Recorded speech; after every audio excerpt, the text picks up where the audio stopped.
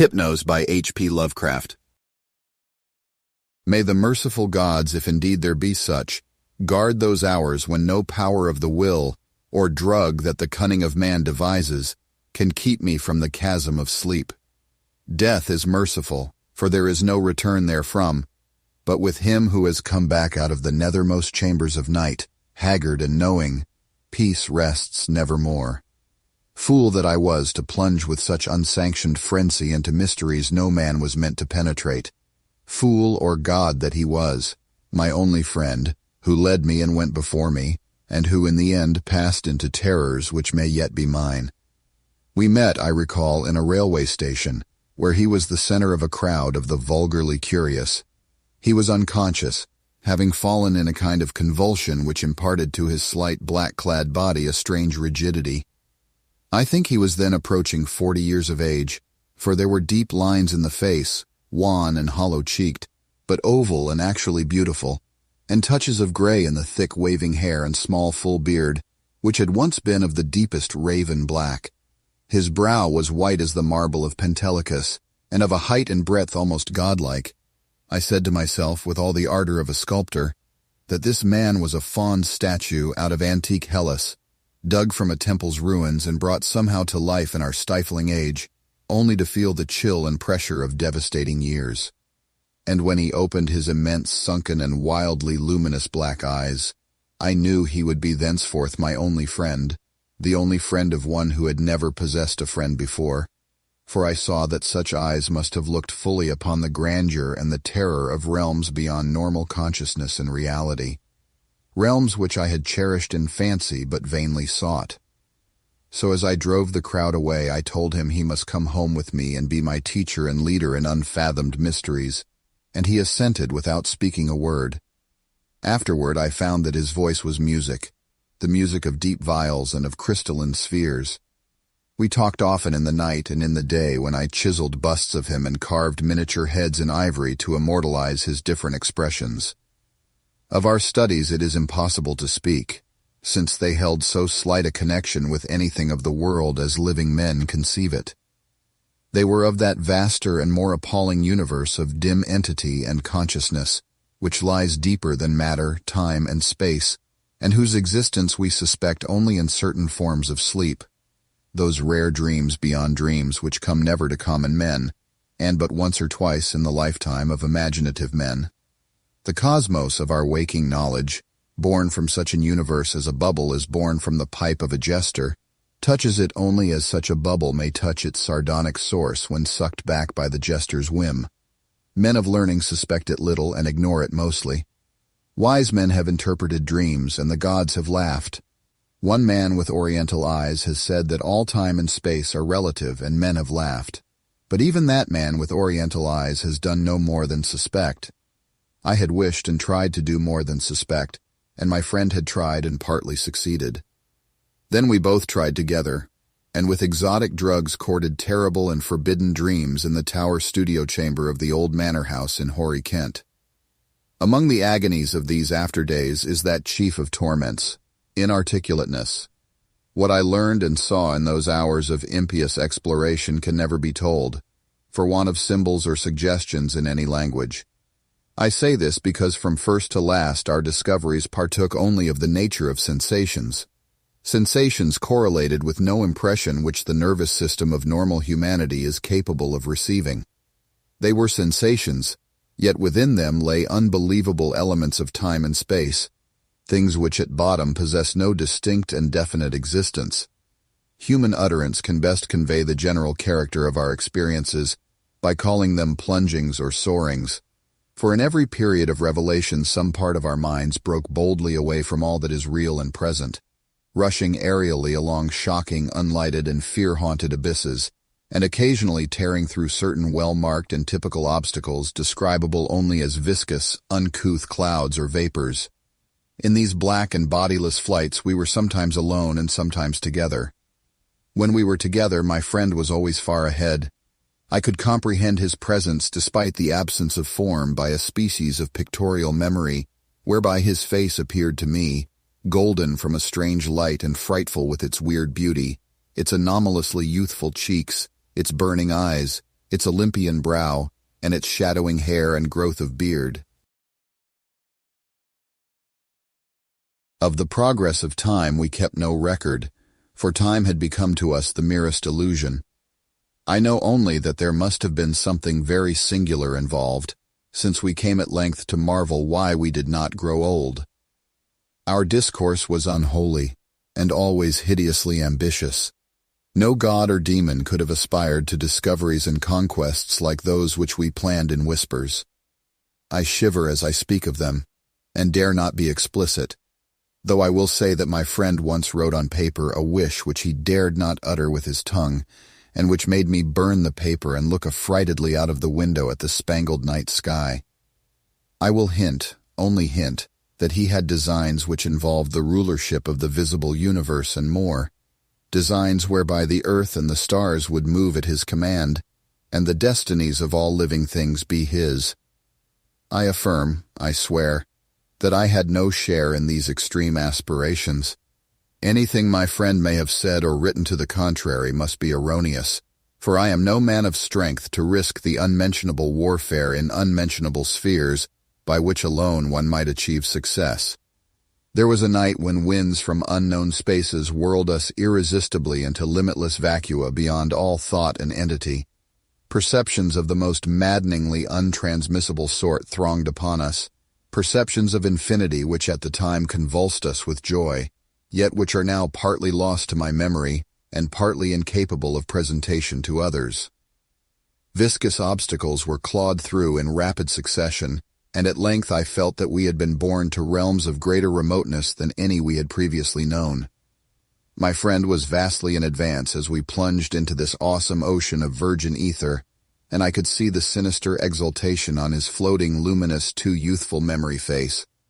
Suddenly that face became dim and quickly disappeared, and in a brief space I found myself projected against an obstacle which I could not penetrate. It was like the others, yet incalculably denser, a sticky, clammy mass, if such terms can be applied to analogous qualities in a non-material sphere. I had, I felt, been halted by a barrier which my friend and leader had successfully passed. Struggling anew, I came to the end of the drug dream and opened my physical eyes to the tower studio, in whose opposite corner reclined the pallid and still unconscious form of my fellow dreamer, weirdly haggard and wildly beautiful as the moon shed gold-green light on his marble features. Then, after a short interval, the form in the corner stirred, and may pitying heaven keep from my sight and sound another thing like that which took place before me. I cannot tell you how he shrieked, or what vistas of unvisitable hells gleamed for a second in black eyes crazed with fright. I can only say that I fainted, and did not stir till he himself recovered and shook me in his frenzy for someone to keep away the horror and desolation. That was the end of our voluntary searchings in the caverns of dream. Awed, shaken, and portentous, my friend who had been beyond the barrier warned me that we must never venture within those realms again. What he had seen he dared not tell me, but he said from his wisdom that we must sleep as little as possible, even if drugs were necessary to keep us awake. That he was right, I soon learned from the unutterable fear which engulfed me whenever consciousness lapsed. After each short and inevitable sleep I seemed older, whilst my friend aged with a rapidity almost shocking. It is hideous to see wrinkles form and hair whiten almost before one's eyes. Our mode of life was now totally altered. Heretofore a recluse so far as I know, his true name and origin never having passed his lips, my friend now became frantic in his fear of solitude. At night he would not be alone, nor would the company of a few persons calm him. His sole relief was obtained in revelry of the most general and boisterous sort, so that few assemblies of the young and the gay were unknown to us. Our appearance and age seemed to excite in most cases a ridicule which I keenly resented, but which my friend considered a lesser evil than solitude. Especially was he afraid to be out of doors alone when the stars were shining, and if forced to this condition, he would often glance furtively at the sky as if hunted by some monstrous thing therein. He did not always glance at the same place in the sky. It seemed to be a different place at different times. On spring evenings it would be low in the northeast. In the summer it would be nearly overhead. In the autumn it would be in the northwest. In winter it would be in the east, but mostly if in the small hours of morning. Midwinter evenings seemed least dreadful to him. Only after 2 years did I connect this fear with anything in particular, but then I began to see that he must be looking at a special spot on the celestial vault, whose position at different times corresponded to the direction of his glance, a spot roughly marked by the constellation Corona Borealis. We now had a studio in London, never separating, but never discussing the days when we had sought to plumb the mysteries of the unreal world. We were aged and weak from our drugs, dissipations, and nervous overstrain, and the thinning hair and beard of my friend had become snow white. Our freedom from long sleep was surprising, for seldom did we succumb more than an hour or two at a time to the shadow which had now grown so frightful a menace. Then came one January of fog and rain, when money ran low and drugs were hard to buy. My statues and ivory heads were all sold, and I had no means to purchase new materials, or energy to fashion them even had I possessed them. We suffered terribly, and on a certain night my friend sank into a deep-breathing sleep from which I could not awaken him. I can recall the scene now, the desolate, pitch-black garret studio under the eaves with the rain beating down, the ticking of the lone clock, the fancied ticking of our watches as they rested on the dressing table, the creaking of some swaying shutter in a remote part of the house, certain distant city noises muffled by fog and space, and worst of all the deep, steady, sinister breathing of my friend on the couch, a rhythmical breathing which seemed to measure moments of supernal fear and agony for his spirit as it wandered in spheres forbidden, unimagined, and hideously remote. The tension of my vigil became oppressive, and a wild train of trivial impressions and associations thronged through my almost unhinged mind. I heard a clock strike somewhere, not ours, for that was not a striking clock, and my morbid fancy found in this a new starting point for idle wanderings. Clocks, time, space, infinity. And then my fancy reverted to the local as I reflected that even now, beyond the roof and the fog and the rain and the atmosphere, Corona Borealis was rising in the northeast. Corona Borealis, which my friend had appeared to dread, and whose scintillant semicircle of stars must even now be glowing unseen through the measureless abysses of ether. All at once my feverishly sensitive ears seemed to detect a new and wholly distinct component in the soft medley of drug-magnified sounds, a low and damnably insistent whine from very far away, droning, clamoring, mocking, calling from the northeast. But it was not that distant whine which robbed me of my faculties and set upon my soul such a seal of fright as may never in life be removed, not that which drew the shrieks and excited the convulsions which caused lodgers and police to break down the door. It was not what I heard, but what I saw, for in that dark, locked, shuttered, and curtained room there appeared from the black northeast corner a shaft of horrible red-gold light, a shaft which bore with it no glow to disperse the darkness, but which streamed only upon the recumbent head of the troubled sleeper, bringing out in hideous duplication the luminous and strangely youthful memory face as I had known it in dreams of abysmal space and unshackled time, when my friend had pushed behind the barrier to those secret, innermost, and forbidden caverns of nightmare. And as I looked, I beheld the head rise, the black liquid and deep-sunken eyes open in terror, and the thin, shadowed lips part as if for a scream too frightful to be uttered. There dwelt in that ghastly and flexible face, as it shone bodiless, luminous, and rejuvenated in the blackness, more of stark, teeming, brain-shattering fear than all the rest of heaven and earth has ever revealed to me.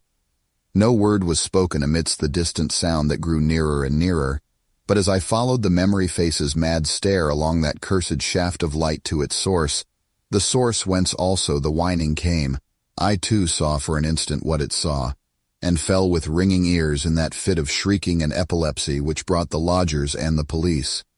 Never could I tell, try as I might, what it actually was that I saw, nor could the still face tell, for although it must have seen more than I did, it will never speak again. But always I shall guard against the mocking and insatiate Hypnos, lord of sleep, against the night sky, and against the mad ambitions of knowledge and philosophy. Just what happened is unknown, for not only was my own mind unseated by the strange and hideous thing, but others were tainted with a forgetfulness which can mean nothing, if not madness. They have said, I know not for what reason, that I never had a friend, but that art, philosophy, and insanity had filled all my tragic life. The lodgers and police on that night soothed me, and the doctor administered something to quiet me, nor did anyone see what a nightmare event had taken place. My stricken friend moved them to no pity, but what they found on the couch in the studio made them give me a praise which sickened me, and now a fame which I spurn in despair as I sit for hours, bald, gray-bearded, shriveled, palsied, drug-crazed, and broken, adoring and praying to the object they found. For they deny that I sold the last of my statuary, and point with ecstasy at the thing which the shining shaft of light left cold, petrified, and unvocal. It is all that remains of my friend, the friend who led me on to madness and wreckage, a godlike head of such marble as only old Hellas could yield, young with the youth that is outside time, and with beauteous bearded face, curved, smiling lips, Olympian brow, and dense locks waving and poppy-crowned. They say that haunting memory face is modeled from my own, as it was at 25, but upon the marble base is carven a single name in the letters of Attica, Hypnos,